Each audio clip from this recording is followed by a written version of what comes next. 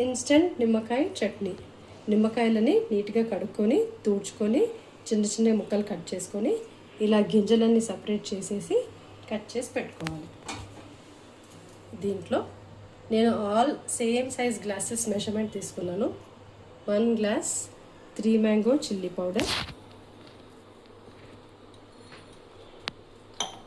కొంచెం తక్కువ సాల్ట్,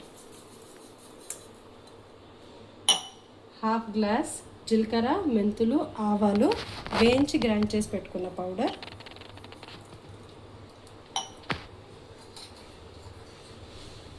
చిటికెడు పసుపు. వీటిని మంచిగా కలుపుకోవాలి.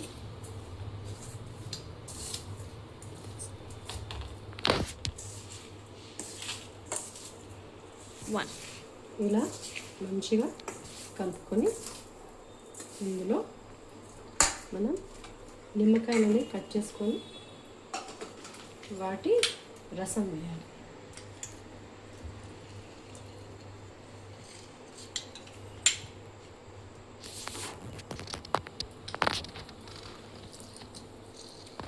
ఇలా నిమ్మకాయల రసం వేస్తే ఇన్స్టెంట్గా పులుపు వస్తుంది.